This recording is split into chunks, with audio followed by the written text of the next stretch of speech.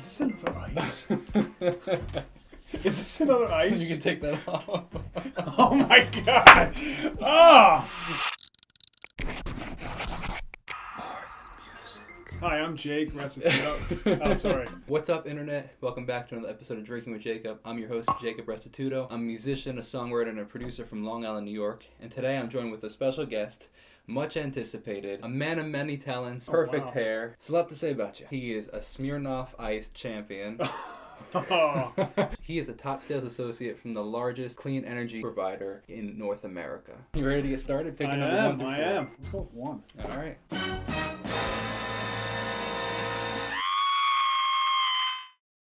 All right. Oh, sorry. There we go. Cheers. Cheers. Okay. Let's see what we got.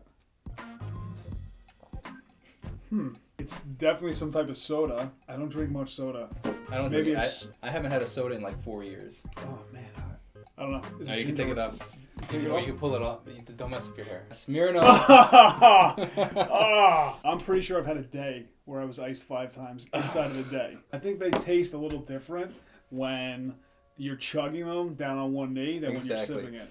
Oh, I'm sure a 95-degree ice is not fun. No, I'm sure they're gross form. I'm Pete Rinaldi. I have 3 beautiful kids, a beautiful wife. Jake and I have become good friends over the last couple years. I'm real excited to be on the show. You are quite the professional icer, I'd like to say. You have some wild stories, so how would you tell me some of those stories? Okay, so my wife's brother and his buddies were icing each other for a long time, and I knew nothing about the game. First weekend being away with them, and I open up my luggage, and I find an ice in there, and I'm like, I didn't pack this. He tells me what it's all about. It kind of has morphed into this competition. The part that I enjoy the most of it is like you get really creative with it. Shout out to Mel, Drinking with Jacob, and a landscaping movie buff, his wife.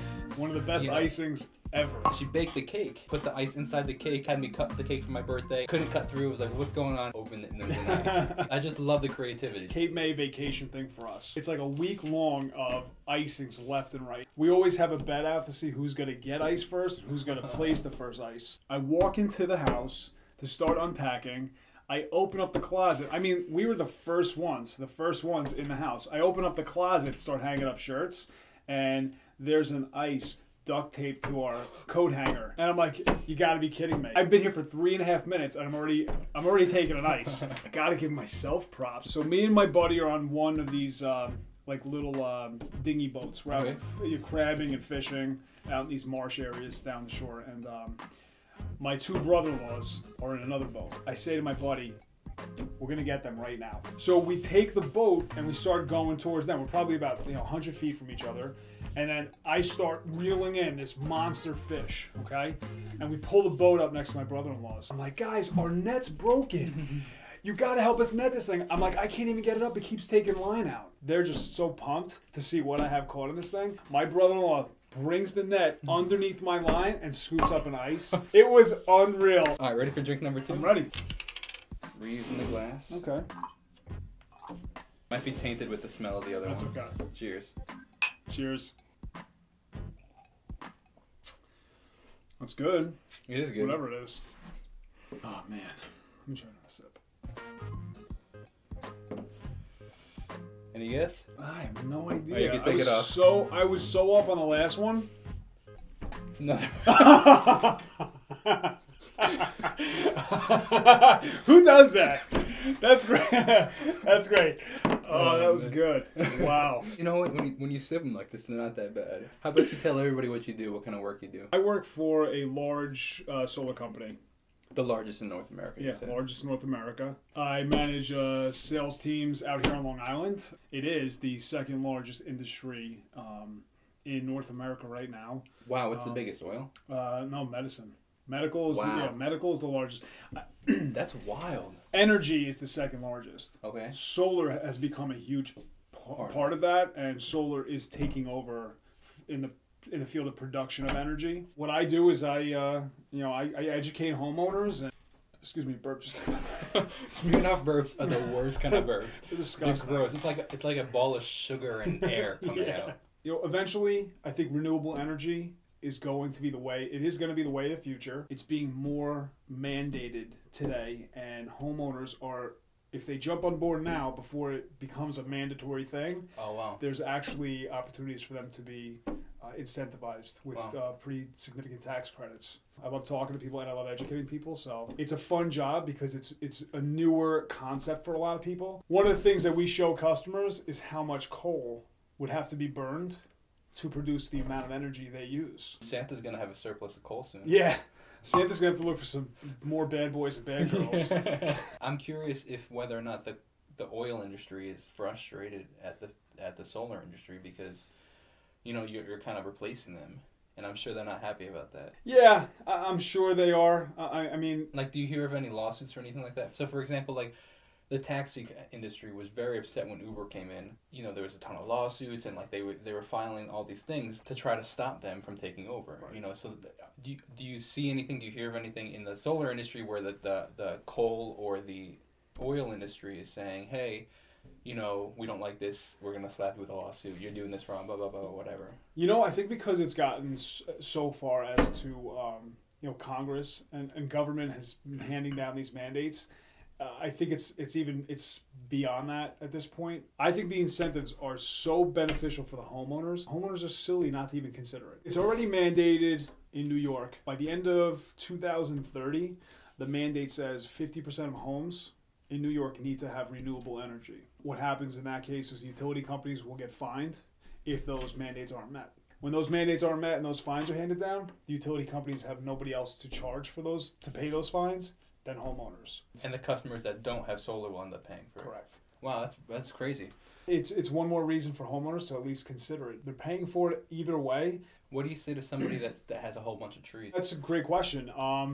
In certain situations, we're actually able to assist in taking trees off of a property. This is your guy, man. If you need solar, hit him up. That's me. Yeah, absolutely. I take a 15% commission off of his commission. No, I'm just kidding. All right, throw that up back up. All We're right, going to drink number 3. I'm guessing that number 3 will be an ice. You really think I'd give you 3 ices? I do. I think you'd probably give me 4. It sounded like the same exact pour. Cheers. Is this another ice? Is this another ice? You can take that off. Oh my god! You're not obligated to drink all of it, by the way. But it really tastes good. It is actually pretty good. When you're not chugging I know, and when it's not 85 it's not, degrees. Yeah, exactly. Or if it didn't come out of the fish tank, it's pretty good. Gosh, yeah. Fish tank? Yeah. Oh yeah, we put them in fish tanks. We've put them in fish tanks, toilet tanks. We've Wow. actually unhooked the lever on a toilet bowl so that somebody would have to go in and fix it, and when they opened it, there was an ice sitting in the toilet tank. You know what the biggest hurdle is? Because you're getting into somebody's comfort zone. You're going to somebody's house where they're comfortable, where they don't want to be bothered, and you're a pest.